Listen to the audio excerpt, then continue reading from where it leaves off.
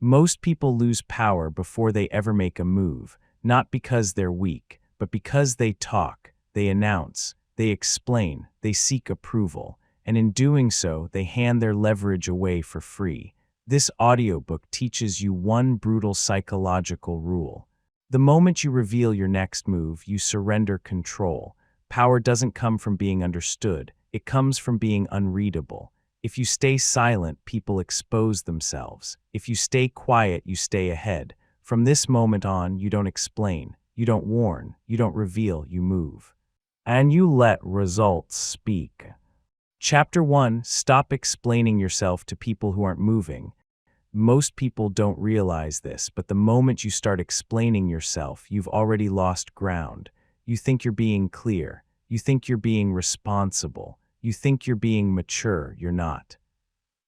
You're asking for permission in disguise. Over-explaining is not communication. It's a subconscious plea for validation. It's your nervous system saying, "Please understand me so I can feel safe moving forward." And the world does not reward that. The world rewards movement. The world rewards outcomes. The world rewards people who act first and let reality do the explaining. Here's the rule you must burn into your mind. Results silence questions. Explanations invite resistance. Say it again. Results silence questions. Explanations invite resistance. Every extra sentence you add weakens your position. Every justification creates a crack. Every explanation gives people room to insert doubt, opinion, or control. You don't gain respect by being understood. You gain respect by being effective. Look closely at who explains the most. It's not leaders. It's not winners. It's not people with leverage. It's people who feel they need approval before they move. People who aren't sure of themselves narrate their decisions in real time. They announce their logic. They defend their intentions. They open themselves up to critique before they've even done anything. And here's the brutal truth. The more you explain, the more people feel entitled to judge, not because they're evil, but because you invited them into the decision-making process. You handed them the clipboard. When you explain yourself to people who aren't moving, you elevate their status above yours. You position them as evaluators instead of observers, and observers should never be allowed to vote. Watch powerful people closely. Executives, investors, high-level operators, quiet killers in every industry. They don't narrate their moves. They don't over-clarify. They don't host town halls about personal decisions. They say very little. And when they do speak, it's short, final, non-negotiable, not because they're arrogant, but because their time and energy are protected. They understand something most people never learn. Momentum is fragile. Every conversation drains it. Every explanation slows it. Every unnecessary discussion creates friction. Silence protects momentum. Here's a real-world example. Think about a leader announcing a strategic shift too early, before execution, before results, before proof. What happens? Opinions flood in. Fear spreads. Resistance forms. People poke holes in something that doesn't even exist yet. Now compare that to the leader who says nothing. They move quietly, they adjust behind the scenes, they execute, then one day the outcome is visible, and suddenly no one has questions, no one argues, no one resists, because reality has already answered for them. Results silence questions, explanations invite resistance. Another example. Think about the person who constantly explains their goals. I'm starting this business because, I'm leaving this job because, I'm working on myself because. They say it over and over, and notice what happens. The goal feels real to them, but nothing changes. Why? Because the brain mistakes verbal affirmation for progress. You get the dopamine hit of being heard without doing the work. Meanwhile, the people listening subconsciously downgrade you, not consciously, subconsciously. Because talk without action creates a pattern, and patterns create reputations. Now listen carefully. This doesn't mean you never communicate. It means you communicate strategically. Here's the strategic rule you must live by. If someone isn't directly affected by your decision, they don't need access to your reasoning. Read that again. If they're not impacted, they're not entitled. You don't owe explanations to friends who aren't building, family members who don't share the risk, coworkers who won't carry the consequence, strangers who won't be there for execution. Your life is not a press release. Privacy is not secrecy. Privacy is efficiency. Most people explain themselves because silence makes them uncomfortable. Silence feels exposed. Silence feels like judgment. Silence feels like being misunderstood. But here's the paradox. Silence actually increases authority. When you stop explaining, people assume you know something they don't. When you stop justifying, people assume confidence. When you stop narrating, people start watching. And watching is where power lives. You must retrain yourself. The urge to explain will hit you automatically. Someone questions your decision. Someone raises an eyebrow. Someone asks why. Your instinct will be to fill the space. Don't pause, breathe, answer only what is necessary and nothing more. Short responses, neutral tone, no emotional leakage. You are not defending a court case. You are making a move. Here's a practical rule you can use immediately. If your explanation is longer than the decision itself, you're compensating. If you feel the need to convince instead of act, you're early. If you're explaining to feel understood instead of to coordinate action, stop. Say less, do more, let discomfort train you. Another hard truth, people who demand explanations are often trying to slow you down, not always intentionally, but functionally. They're processing at a different speed, a different risk tolerance, a different level of courage, and if you wait for them to understand, you will never move. Clarity often comes after action, not before it. You don't need to be rude. You don't need to be cold. You need to be precise. I've decided. I'm moving forward. This is what I'm doing. Period. No essay. No backstory. No emotional justification. Those who matter will adapt. Those who don't will reveal themselves. And that revelation is useful. This chapter is not about ego. It's about conservation. Conserving energy, conserving focus, conserving momentum. Every explanation is a tax. And most people are overpaying, so here's your directive. Starting today, stop explaining yourself to people who aren't moving. Stop narrating your plans. Stop justifying your direction. Act, execute, let outcomes speak. Because once something works, no one asks why. They ask how. And by then, you're already ahead. You've learned to stop bleeding power through words. Now it's time to understand what happens when you stop announcing your intentions entirely. You've mastered restraint. Now we go deeper. Chapter 2, every announcement is an invitation for interference.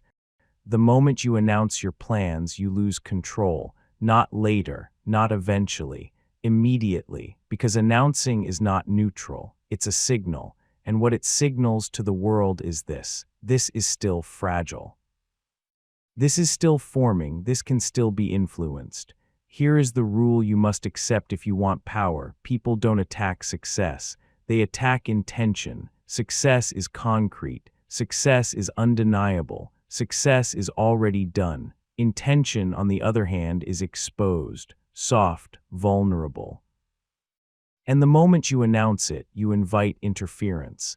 Say it with me, announce nothing. Execute quietly. Let impact arrive unannounced. Most people believe sharing plans creates accountability. That's a lie. What it actually creates is noise. Opinions you didn't ask for, doubts you didn't have, fears you didn't consider.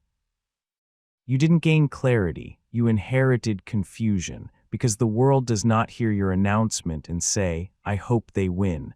The world hears it and responds in 4 predictable ways. Envy, doubt, sabotage, unsolicited advice, not always malicious, but always disruptive. Let's break this down. When you announce a plan, you activate envy. Someone hears what you're about to do and subconsciously compares it to what they didn't do. Your courage highlights their hesitation. Your movement exposes their stagnation, so they minimize, they joke, they downplay, not to hurt you, to protect their ego. Next comes doubt, not your doubt. Theirs. They project their limitations onto your vision. That's risky. That's unrealistic. People don't really succeed at that. What they mean is, I wouldn't dare. Then comes sabotage, sometimes subtle, sometimes disguised as concern. They slow you down with questions. They complicate your thinking. They pull your focus outward. And finally, unsolicited advice. Advice from people who haven't done what you're about to do. Advice that sounds helpful, but dilutes your conviction. This is how momentum dies, not through failure, through interference. Here's the psychological trap most people fall into. They announce because it feels productive. It feels like movement. It feels like commitment. It feels like progress, and the brain rewards that feeling. There are studies that show this clearly. When you share a goal publicly, your brain receives a premature sense of accomplishment. Recognition replaces execution. You get the dopamine hit without doing the work, and once the emotional reward is consumed, the urgency drops. That's why goals shared early statistically fail more often, not because the goal was wrong, but because the energy was spent talking instead of building. Think about it. How many people do you know who are about to do something, about to start, about to change, about to launch? They've been about to for years, and they talk about it constantly. Talking becomes the substitute for action. Silence, on the other hand, creates pressure, internal pressure, healthy pressure. Because if no one knows, you can't hide behind words. You either execute or you face yourself. Look at how real operators move. The ones who actually win, they don't announce pivots, they don't preview strategy, they don't tease plans, they disappear, they work, they re-emerge with results. And when the result appears, it shocks people, not because it was impossible, but because it was invisible. Invisibility is an advantage. Here's a hard truth you must accept. Most people around you do not want you to radically change. They like you predictable. They like you familiar. They like you in your current role. Your announcement threatens that stability. So even if they love you, they will unconsciously resist your evolution. That resistance shows up as concern, as jokes, as just being realistic. But realism is often just fear with better branding. This is why silence is not secrecy. Silence is strategy. When you say nothing, you deny others the chance to interfere. You deny them the chance to plant doubt. You deny them the chance to slow you down. You deny them influence over timing. Timing is power. And announcing your move gives that power away. Here's how you apply this in real life. Starting now, separate execution conversations from social conversations. Execution conversations happen only with people who are directly involved, people who are building with you, people who share the risk. People who are accountable for outcomes. Everyone else gets nothing. No previews, no hints, no big things coming. Silence. Let your life update itself. You will feel uncomfortable at first. You'll feel rude, closed off, misunderstood. Good. That discomfort is the withdrawal from validation addiction. You're breaking the habit of being seen instead of being effective, and something powerful happens when you stop announcing. Your mind gets quieter, your focus sharpens, your energy consolidates. There's no external noise, no feedback loops, no performance, just work. Another critical point. When you announce plans, you lock yourself into a version that hasn't been tested yet. You become attached to the idea instead of the outcome, and if reality requires adjustment, your ego resists. Silence keeps you flexible. You can pivot without explanation, adjust without embarrassment. Abandon what doesn't work without public failure. Privacy preserves optionality. Repeat this until it becomes instinct. Announce nothing. Execute quietly. Let impact arrive unannounced. Say it again. Announce nothing. Execute quietly. Let impact arrive unannounced. This is not about hiding forever. It's about waiting until the move is irreversible. When results exist, interference is irrelevant. People don't argue with reality. So here's your challenge from this chapter. For the next phase of your life, stop previewing. No teasers, no countdowns, no "I'm working on something." Disappear into execution. And when the result finally surfaces, let it speak for you, because silence keeps you ahead. You've learned to stop explaining yourself. Now you've learned to stop announcing your intentions. Next, you'll learn how silence does something even more powerful. It forces other people to expose themselves. Chapter 3: Silence forces others to reveal their hand.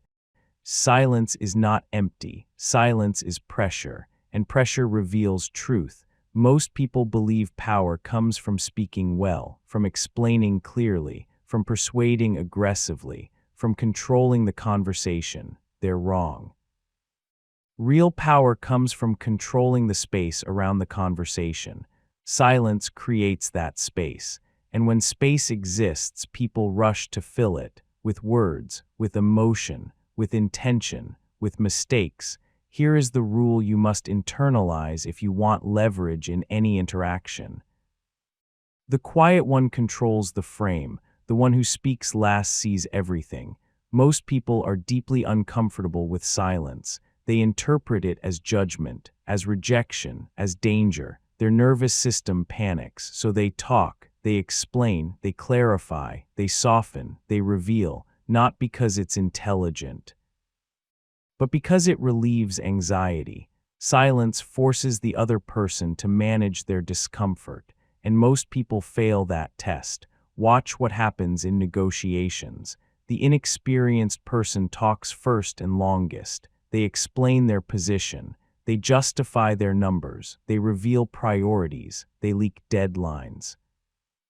They think transparency builds trust. What it actually does is destroy leverage. The experienced negotiator states their position clearly. Then they stop. They don't fill the gap. They don't rush. They don't rescue the other person from discomfort. They wait. And in that waiting, the other side starts leaking. They reveal how badly they want the deal. They reveal what they're afraid of. They reveal where they're flexible. The quiet one controls the frame. This applies far beyond negotiations. It applies to leadership, to conflict, to relationships, to business, to every power dynamic you enter. The person who rushes to respond is usually the one seeking approval. The person who pauses forces the other person to expose themselves. Think about an argument. One person accuses, the other immediately defends. They explain their intention. They justify their behavior. They try to be understood. They think they're protecting themselves. What they're actually doing is surrendering control. Now reverse it. Accusation comes, you pause, you don't interrupt, you don't defend, you don't explain, you let the silence stretch. What happens? The accuser keeps talking. They add details, they soften their tone, they backtrack. They contradict themselves, they reveal insecurity. Silence destabilizes weak positions. This works because of human psychology. Humans are validation-seeking creatures. They want feedback. They want reassurance. They want to know where they stand. Silence denies them that comfort. And when people don't know where they stand, they start talking to find out. They overshare. They overcommit. They reveal motives they never intended to reveal. You don't need to interrogate. You don't need to manipulate. You don't need to pressure. You just need to stay quiet. Repeat this until it becomes instinct. The quiet one controls the frame. The one who speaks last sees everything. Here's a real-world example. High-level interviewers don't rush to fill silence. They ask a question, they listen, and when the candidate finishes, they pause just a few seconds. That pause feels unbearable to the interviewee, so they keep talking. They clarify things that didn't need clarification. They volunteer weaknesses. They reveal uncertainty, not because they were asked, but because silence demanded relief. The interviewer learns more in those extra seconds than from the original answer. Now look at leadership. Weak leaders explain constantly. They justify decisions. They overcommunicate intent. Strong leaders speak once, then they let silence do the rest. They don't chase agreement. They don't beg for buy-in. They allow reactions to surface. And reactions reveal loyalty. Reactions reveal resistance. Reactions reveal who's aligned and who is. Silence is a filter. Most people think silence is passive. It's not. Silence is an active positioning tool. When you stay quiet, you force others to show you how they think, how they feel, what they want, what they fear. Talking hides information. Silence extracts it, but this only works if you can tolerate discomfort. And that's where most people fail. They feel awkward. They feel rude. They feel exposed. So they rush to speak. They fill the space with unnecessary words. And the moment they do, they lose the advantage. Silence requires emotional discipline. You must resist the urge to perform. You must resist the urge to be liked. You must resist the urge to be understood immediately. Power is patient. Here's how you train this skill. First, slow your responses. You don't need to reply instantly. You don't need to react immediately. Pause before speaking. 2 seconds, 3 seconds. Let the other person feel the gap. Second, answer minimally. Say what is necessary, nothing more. Short sentences. Neutral tone, no emotional padding. Third, end statements instead of extending them. Most people trail off and invite conversation. Don't end cleanly, then stop.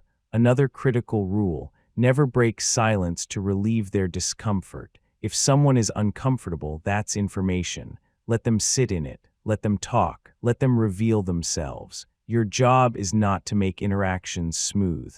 Your job is to maintain position. Here's what happens when you master silence.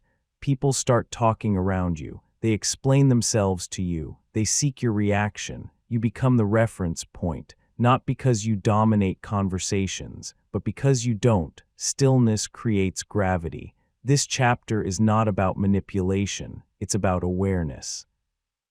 When you speak less, you see more. When you rush less, you notice patterns. Who talks too much? Who gets nervous? Who tries to control the narrative? Information is power. Silence is how you collect it. So here's your directive. Starting now, practice strategic silence.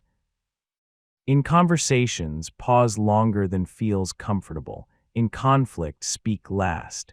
In negotiations, let them fill the space. Say less. Observe more. Because the person who talks the most is usually the one with the weakest position.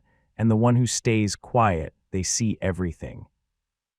You've learned how silence exposes others. Next, you'll learn why predictability destroys power and how unpredictability keeps you untouchable. Chapter 4: Predictability is the enemy of power. The moment people can predict you, they stop fearing you. They prepare for you. They plan around you. They neutralize you. Predictability turns strength into routine. Routine turns power into background noise. Here is the rule you must understand if you want to stay ahead. When people can predict you, they can prepare against you. Unpredictability keeps you untouchable. Say it until it sinks in. Predictability is comfort for others, and comfort is never in your favor. Most people confuse consistency with predictability. They think being reliable means being obvious. They think integrity means being transparent in every move. They think stability means showing their hand early. That's not strength, that's exposure. Here is the correction you must make: consistency in values, unpredictability in execution.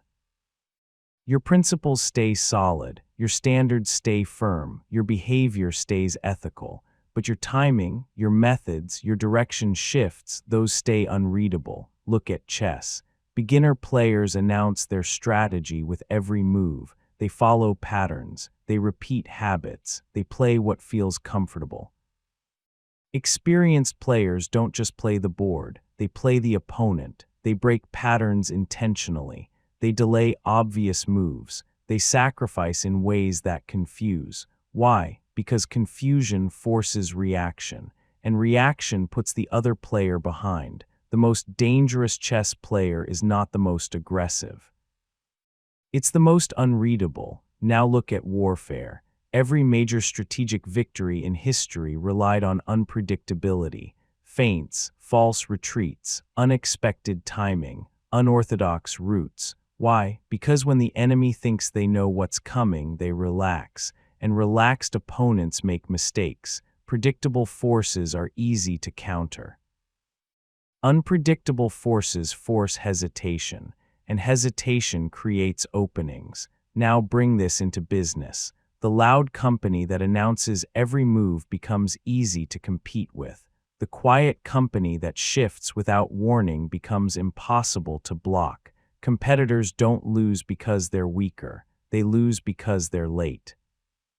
They prepared for the wrong move. Most people sabotage themselves by being too readable. They always react the same way. They always respond immediately. They always follow through in predictable sequences. And the people around them learn the pattern. They learn how to provoke. They learn how to delay.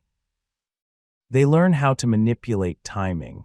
Unpredictability breaks this. Here's the uncomfortable truth. Predictability often comes from emotional habits. You respond quickly because you hate tension. You explain because you hate being misunderstood. You act consistently because you hate uncertainty, but your emotional comfort is costing you leverage. Power requires you to tolerate uncertainty, especially in others. Unpredictability does not mean chaos. It does not mean being reckless. It does not mean being inconsistent in character. It means being selective with information. It means varying timing. It means refusing to be easy to read. Your inner code stays fixed. Your outer behavior stays fluid. Think about people you consider powerful. They don't rush. They don't react the same way twice. They don't follow scripts. They pause. They adjust. They surprise. And that surprise keeps people off balance. Here's a practical example. Two managers face resistance from a team. The predictable one schedules a meeting, explains the decision, and asks for buy-in. The unpredictable one says nothing, lets the resistance surface, observes who complains, who adapts, who undermines. Then they act. One approach seeks harmony, the other collects intelligence. Which one gains control? Predictability also kills negotiation leverage. If the other side knows you always compromise after silence, they wait. If they know you always respond quickly, they stall. If they know you always escalate emotionally, they provoke. Patterns teach people how to handle you. Break the pattern. Here's how you train unpredictability without losing integrity. First, break response timing. Do not always reply immediately. Do not always delay either. Vary it. Second, stop explaining your decision-making process. Let outcomes speak. Let reasoning stay private. Third, change methods while keeping goals constant. If one path becomes obvious, take another. Another critical point. Predictability creates entitlement. When people know what you'll do, they start acting as if it's guaranteed. They push boundaries. They test limits. They assume access. Unpredictability restores respect. When people don't know how you'll respond, they behave better. Not because they fear you, but because they can't game you. This is especially important in relationships. Being emotionally predictable makes you easy to manipulate. If someone knows exactly what triggers you, they can control the interaction. If they know exactly how you forgive, they'll repeat behavior. Unpredictability here doesn't mean cruelty. It means refusing to be scripted.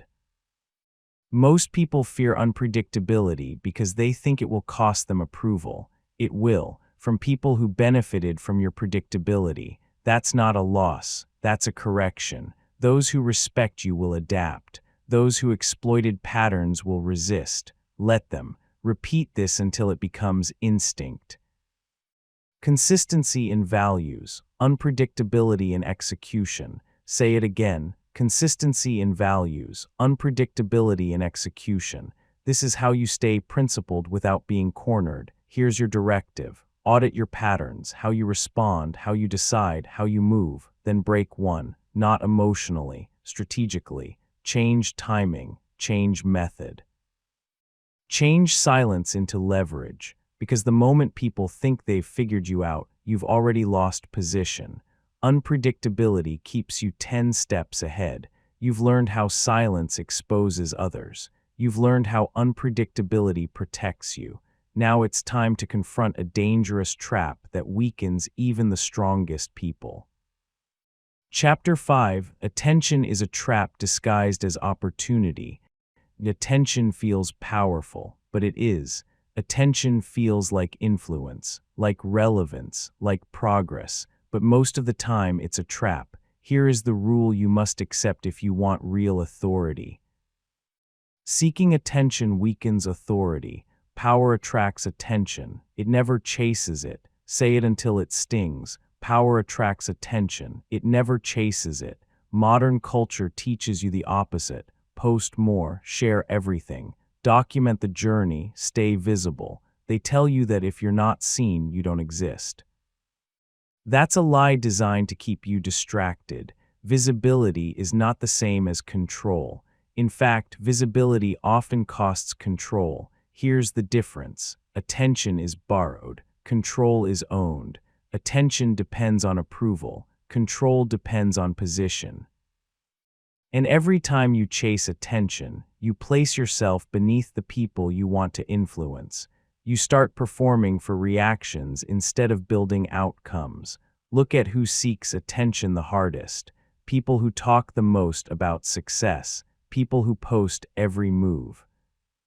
People who narrate every win, loss, and thought. They look powerful, but they're not. They're exposed. They've turned their strategy into entertainment, and entertainment is disposable. Now look at real operators, the ones who actually control outcomes. They're quiet, selective, invisible when building. They don't update the world.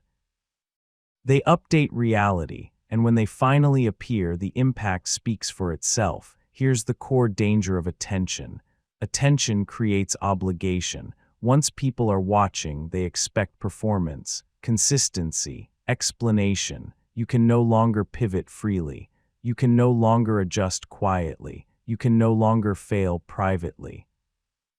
Attention locks you into a narrative, and narratives limit power. This is especially dangerous in the age of social media.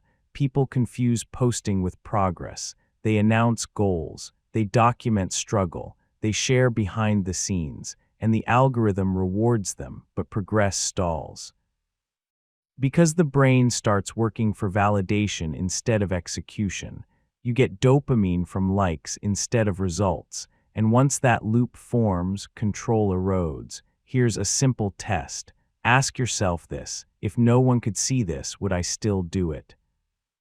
If the answer is no, you're chasing attention, and attention is a weak foundation. Another truth most people don't want to hear: the more visible you are, the easier you are to attack. Your timing becomes predictable. Your moves become obvious. Your mistakes become public. You give critics free ammunition.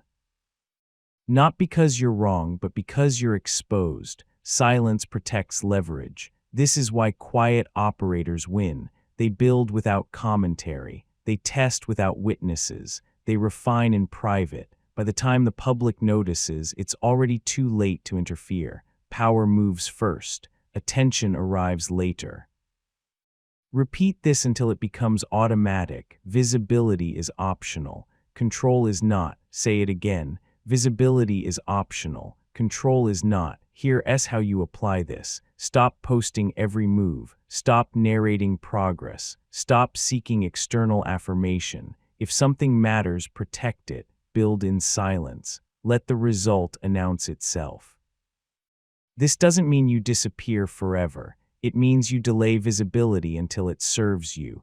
You reveal outcomes, not intentions, not process, not vulnerability for applause, Outcome, here's a real-world contrast. One person announces a project early. They get praise, they feel motivated, they stall. Another person says nothing. They build, they struggle privately, they finish. Who holds leverage? The one with something finished. Attention is seductive because it feels like progress, but real progress is often invisible. It's boring, it's repetitive, it's quiet, and that's why most people avoid it. Another dangerous effect of attention, it changes behavior. You start optimizing for what looks good instead of what works. You choose optics over effectiveness, and that is how authority erodes. True power does not need an audience, it creates one, and often the strongest position is the one no one sees coming. Here's your directive. Audit where you're seeking attention. What are you sharing too early? What are you posting for validation? What are you performing instead of building? Cut it back, reduce exposure, increase execution. You don't need to be known, you need to be effective. You don't need applause, you need position. Because when you control outcomes, attention becomes a byproduct, not a goal, and that's the only way it should ever appear. You've learned how silence exposes others. You've learned how unpredictability keeps you untouchable. You've learned how attention drains leverage. Now we go deeper. Now we talk about respect. Chapter 6. People respect what they can't access. Accessibility feels generous. It feels kind. It feels human. But generosity without boundaries destroys respect. Here is the rule most people learn too late. Accessibility reduces perceived value. Scarcity creates gravity. Say it until it settles.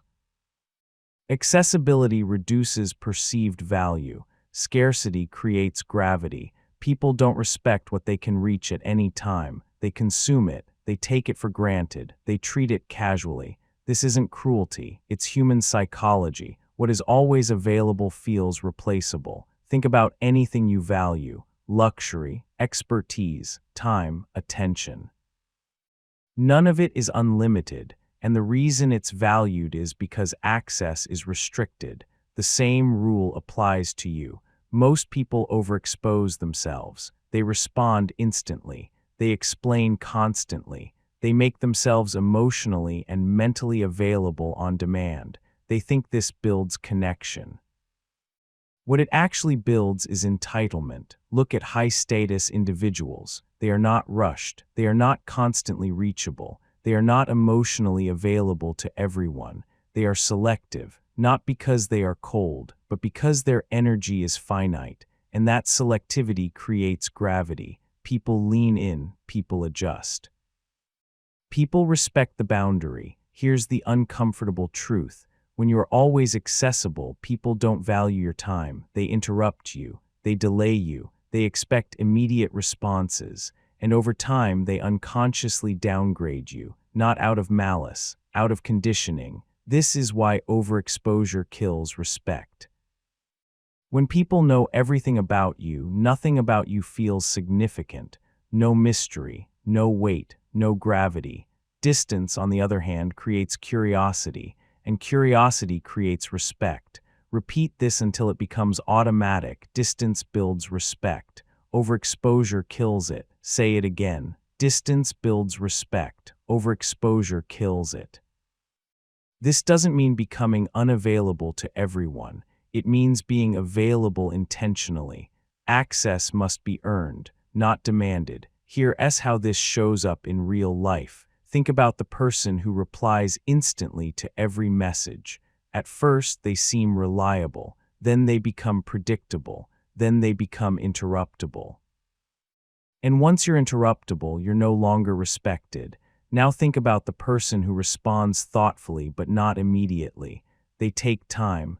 They prioritize. They choose when to engage. People wait. People adjust. People respect their schedule, not because they're superior, but because they set boundaries. This applies to communication.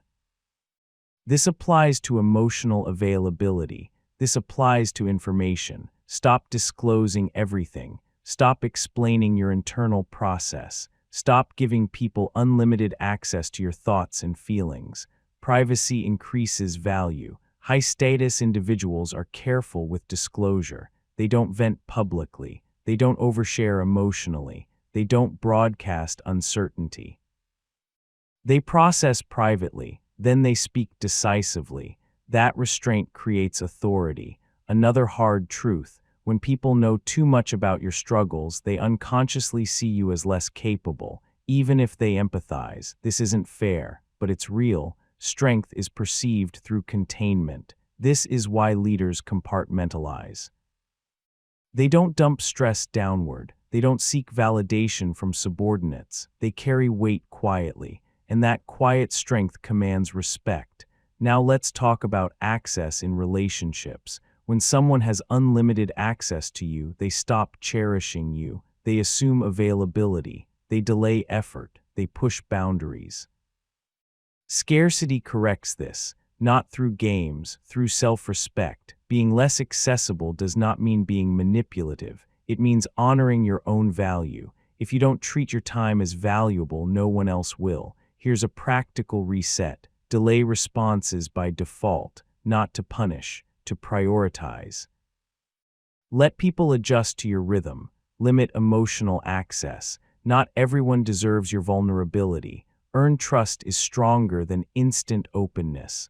Limit informational access. Stop explaining your plans, your fears, your strategies. The less people know, the more they respect outcomes. Another key point: distance doesn't weaken connection.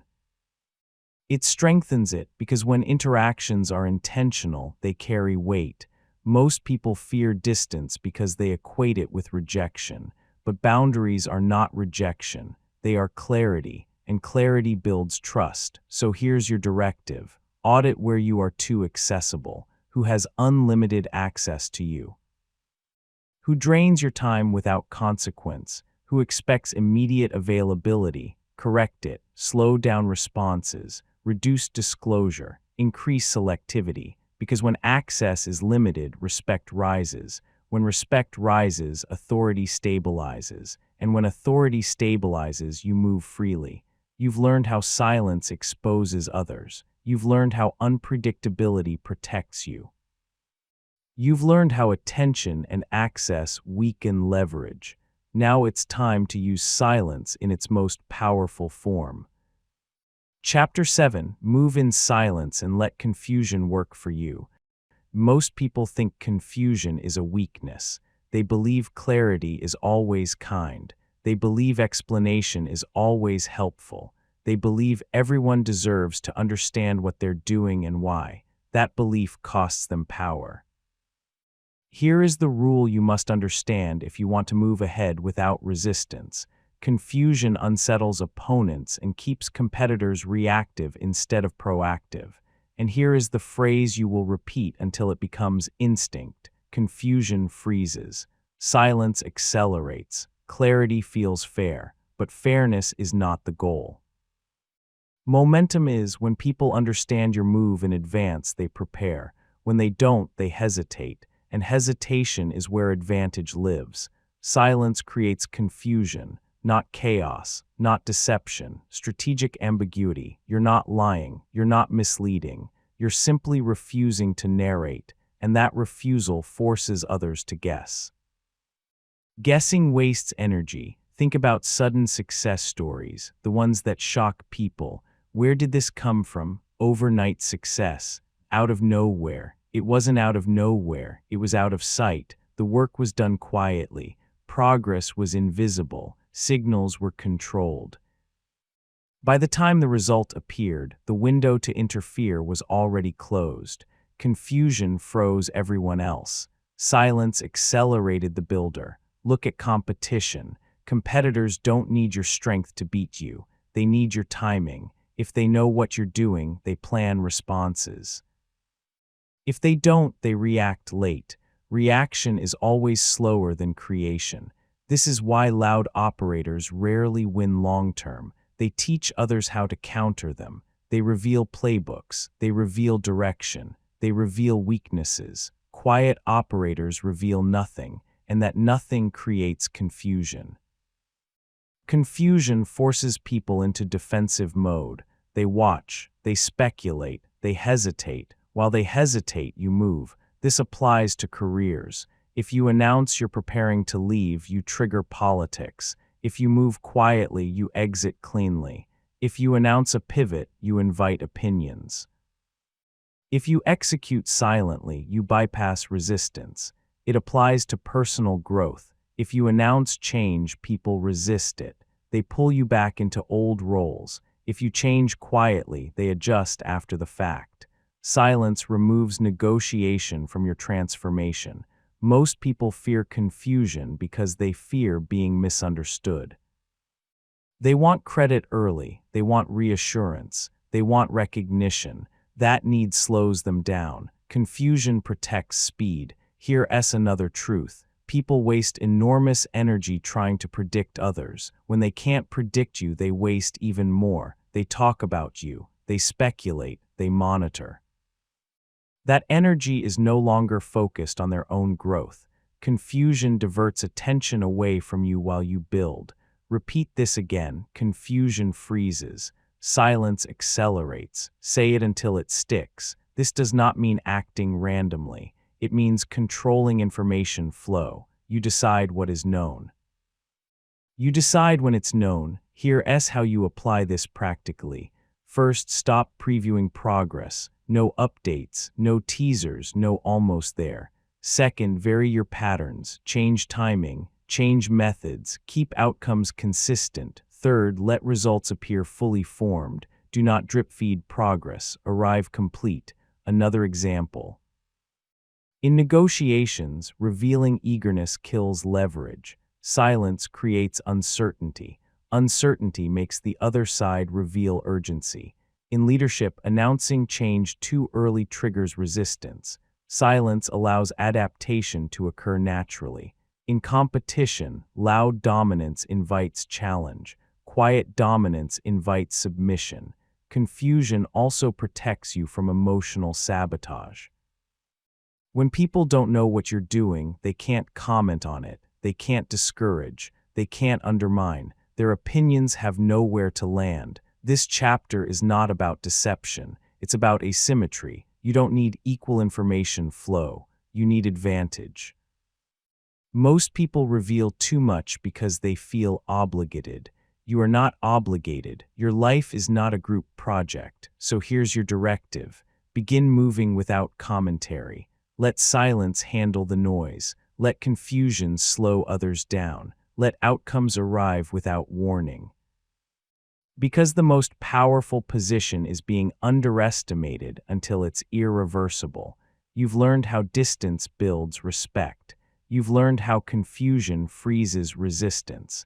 Now it's time to expose the biggest illusion of all. Chapter 8. The loudest person in the room is usually the weakest. Noise is not power. Volume is not authority.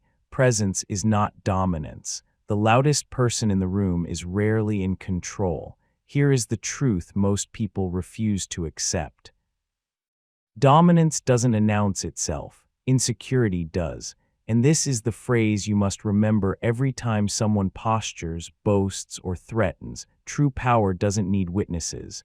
Watch who talks the most, who interrupts, who name drops, who exaggerates achievements, who threatens consequences. They are trying to manufacture authority through sound. Because they don't have enough leverage to let silence speak. Power does not need to convince. It does not need to warn. It does not need to intimidate. It does not need to explain. It simply is. And because it is, it moves quietly. Think about environments where real power exists. Boardrooms, military command centers, high-stakes negotiations. The person who controls outcomes often says the least. They listen, they observe, they wait. Meanwhile, the insecure talker fills the space, trying to be seen, trying to be felt, trying to be believed. Here's a brutal truth. When someone boasts, they are trying to persuade themselves as much as others. Boasting is self-soothing. It's insecurity asking for reassurance. Look at threats. If someone truly has leverage, they don't need to threaten. They act. threats are announcements of weakness. They are warnings that action may never come. Posturing works only on the inexperienced. Those who understand power see through it immediately. They know that if force were available, it would already be applied. This applies everywhere, at work, in relationships, in competition, online. The more someone performs strength, the less of it they have.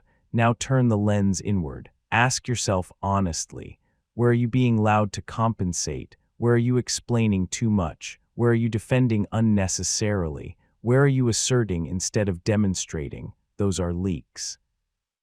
True authority is calm. It does not rush. It does not escalate emotionally. It does not seek reaction. Stillness unnerves people more than noise. Hear SY. Noise gives others something to push against. Silence removes that structure. Without something to react to, people lose footing. This is why confident individuals rarely argue. They don't need to win debates. They win through positioning. Another example. In conflict, the person who raises their voice first has already lost emotional control. The calm one now holds the advantage, because calm signals options, noise signals desperation. This is also why silent responses carry more weight. A short answer, a pause, a refusal to engage. It forces the other person to escalate alone, and solo escalation always looks weak. Here's the pattern. Weakness seeks validation. Strength assumes it. Weakness performs. Strength acts. Weakness announces. Strength arrives. Repeat this. True power doesn't need witnesses. Say it again. True power doesn't need witnesses. This does not mean hiding forever. It means letting outcomes speak instead of words. Here is how you apply this. Stop boasting. Stop explaining success. Stop threatening future action. Let actions arrive without commentary. Reduce volume in your communication. Shorter sentences. Neutral tone. No emotional inflation. When challenged, pause. Let silence do the work. When praised, accept quietly. No expansion. No justification. No performance. This will feel uncomfortable, because most people are addicted to being seen. Detoxing from that addiction restores power. Another hard truth: people who seek to dominate verbally are easy to manipulate. They reveal insecurities. They reveal triggers. They reveal pressure points. Silence hides yours. When you stop needing to be heard, you start being taken seriously. When you stop asserting, you start commanding. When you stop performing, you start controlling outcomes. So here's your directive. Lower your volume, physically, verbally, emotionally. Remove unnecessary noise, because silence carries weight, and weight is authority. You've learned that loudness signals weakness. Now it's time to understand why privacy is not fear, but strategy. Chapter 9: Privacy is not fear, it's strategy. Most people think privacy means insecurity. They assume if you're not sharing, you're hiding. If you're not announcing, you're afraid. If you're not visible, you lack confidence. That belief is backwards. Here is the rule you must internalize. Privacy preserves optionality. Once something is known, it can be attacked. Say this until it settles into your bones. What's unseen can't be disrupted. Privacy is not weakness. Privacy is protection. It keeps your options open. It keeps your timing flexible. It keeps interference out. The moment something becomes public, it becomes vulnerable. Opinions attach to it. Expectations attach to it. Resistance attaches to it.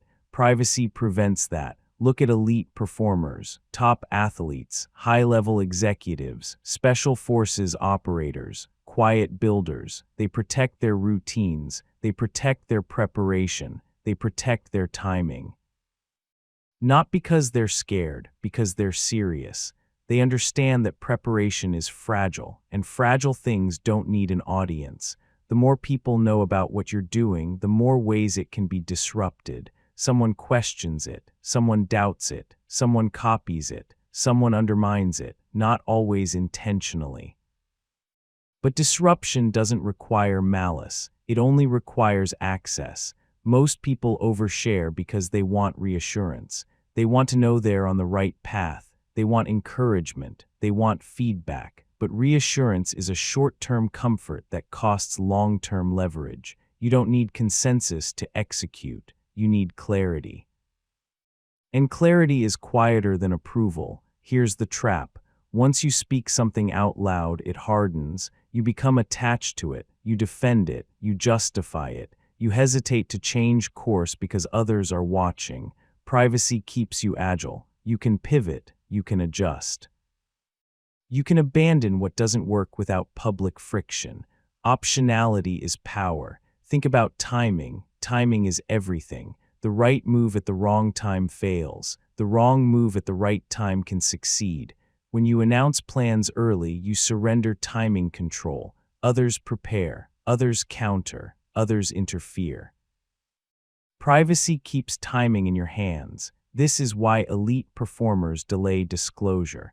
They don't talk about what they're training for. They don't announce strategic shifts. They don't reveal new directions. They wait until the result exists, until execution is irreversible. Then disclosure no longer matters. Because the work is already done, repeat this again. What's unseen can't be disrupted. Say it slower. What's unseen can't be disrupted. Privacy also protects your psychology. When no one knows what you're doing, there's no pressure to perform, no expectation to live up to, no audience to impress. No narrative to maintain. You can focus, and focus compounds. Most people collapse under visibility. They rush, they overcorrect, they seek validation instead of truth. Privacy removes that distortion. This doesn't mean isolation. It means selective disclosure. You choose who knows. You choose when they know. You choose how much they know. Not everyone deserves access to your inner world. Not everyone earns proximity to your plans. Here's another hard truth.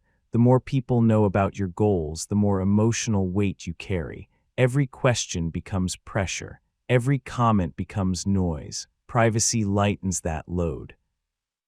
You move faster when you move alone. Look at innovation. The best ideas are incubated in secrecy, not because they're fragile, but because they're incomplete. Incomplete things don't need evaluation. They need development. Privacy also protects you from comparison. When your process is private, you're not measuring yourself against others. You're measuring against progress. That keeps momentum intact. Most people fear privacy because they think it disconnects them, but privacy doesn't disconnect, it filters. Those who matter will remain aligned without needing constant updates. Those who don't will fade. That's not loss, that's clarity. Here's how you apply this immediately. Stop sharing early-stage plans. Stop explaining routines. Stop discussing timelines. If it's not done, it stays private. Protect your mornings, protect your preparation, protect your thinking time. These are not social spaces. They are strategic spaces. Reduce your digital footprint. You don't need to document growth. You need to experience it. Let the evidence appear later. Another critical point. Privacy is temporary. It's not permanent withdrawal. It's strategic delay. You don't hide forever. You wait until hiding no longer matters. This chapter is about discipline. The discipline to hold information. The discipline to resist sharing. The discipline to let results speak. Most people fail here because silence feels lonely. But loneliness during preparation beats humiliation during failure. So here's your directive. Guard your plans, guard your routines, guard your timing, move quietly. Let execution close doors before words open mouths. Because once something is known, it can be attacked, but what remains unseen, it remains untouched. You've learned how silence exposes others. You've learned how unpredictability protects you. You've learned how privacy preserves power. Now it's time to end where all authority truly begins. Chapter 10. Let outcomes reveal who you are. Most people try to declare who they are. They announce identities. They explain intentions. They label themselves before they've earned it. I'm becoming disciplined. I'm a leader now. I'm different than I used to be. Those statements feel powerful. They're not. They're fragile. Here is the rule that ends all confusion about identity and authority. Identity should be discovered through results, not declared through words. Say it until it replaces the old habit. Identity is discovered, not announced. Words create promises. Results create facts. Promises invite skepticism. Facts demand recognition. This is why respect rarely comes when you ask for it. It arrives when people connect the dots after the outcome exists. Think about how you truly respect someone, not because they told you who they were, but because you saw it. You saw consistency. You saw restraint. You saw execution under pressure. You didn't need an explanation. The outcome explained everything. This is the final layer of power. You no longer narrate your evolution. You let others notice it, and notice carries more weight than any announcement ever could. Most people sabotage themselves at the finish line. They've learned silence. They've learned privacy. They've learned restraint. Then they break it by explaining who they've become. They rush to be understood, and in doing so, they weaken the impact. Here's the hard truth. If you have to explain who you are, the evidence isn't strong enough yet. That's not an insult. It's a diagnostic. It means more execution is required. Elite performers don't declare growth. They reveal it accidentally through behavior. They show up differently. They respond differently. They operate differently. And others notice, not because they were told to, but because patterns changed. Look at real transformations: weight loss, skill mastery, leadership emergence, financial independence. The moment someone starts talking about it early, progress slows. But when they stay quiet and let the change mature, the reveal is undeniable. People say, "What happened to you?" That question is power. Respect is retrospective. It is granted after proof, not before, and the need to be seen early is the enemy of becoming undeniable. Repeat this phrase until it replaces your instinct to explain. You don't explain your evolution. You demonstrate it. Say it again. You don't explain your evolution, you demonstrate it. Demonstration has a few rules. First, it's quiet, no commentary, no justification, no performance. Second, it's consistent. One-off actions don't count, patterns do. Third, it's patient. You let time compound the evidence. Here's what happens when you let outcomes speak. People stop questioning. They stop doubting. They stop advising because there's nothing left to debate. Reality has already decided. This is why explanations fade as you rise. At the bottom, everyone asks why. In the middle, people watch. At the top, people assume. Assumption is authority. Another critical shift happens here. When you stop explaining who you are, you stop performing for others. You become internally referenced. Your standards replace applause. Your discipline replaces validation, and that internal stability is unshakable. Most people cling to explanation because they want immediate recognition, but immediate recognition is cheap. Delayed recognition is earned, and earned recognition lasts. This chapter ties everything together. Silence, restraint, privacy, unpredictability, all of it leads here. Outcomes. Outcomes are the final language of power. They don't argue.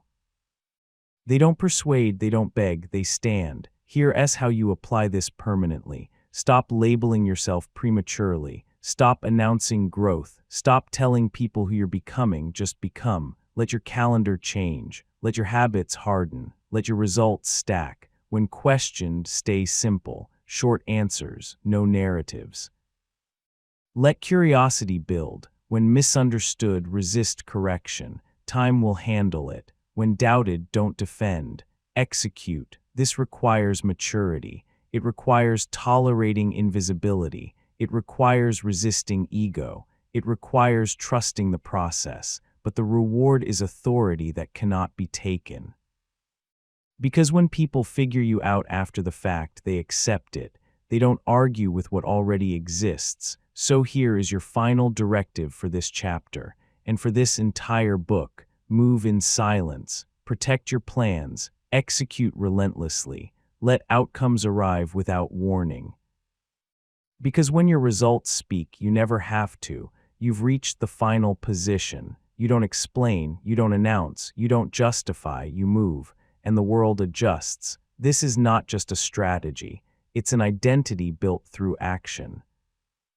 And now it's time to seal the rule that keeps you 10 steps ahead, the rule that governs everything you've learned, the discipline that turns silence into dominance. Here is the rule that changes everything. Power moves silently. Weakness announces itself. Every time you explain, you leak energy. Every time you announce, you invite resistance. Every time you seek approval, you delay momentum. From now on, you move without permission. You plan without witnesses. You execute without commentary. Let others guess. Let them underestimate. Let them expose themselves while you stay unreadable. Silence is not hiding. Silence is positioning. Your challenge is simple. For the next 30 days, reveal nothing about what you're building. No announcements, no explanations, no justifications, only action, only results. And when they finally notice, it will already be too late to stop you.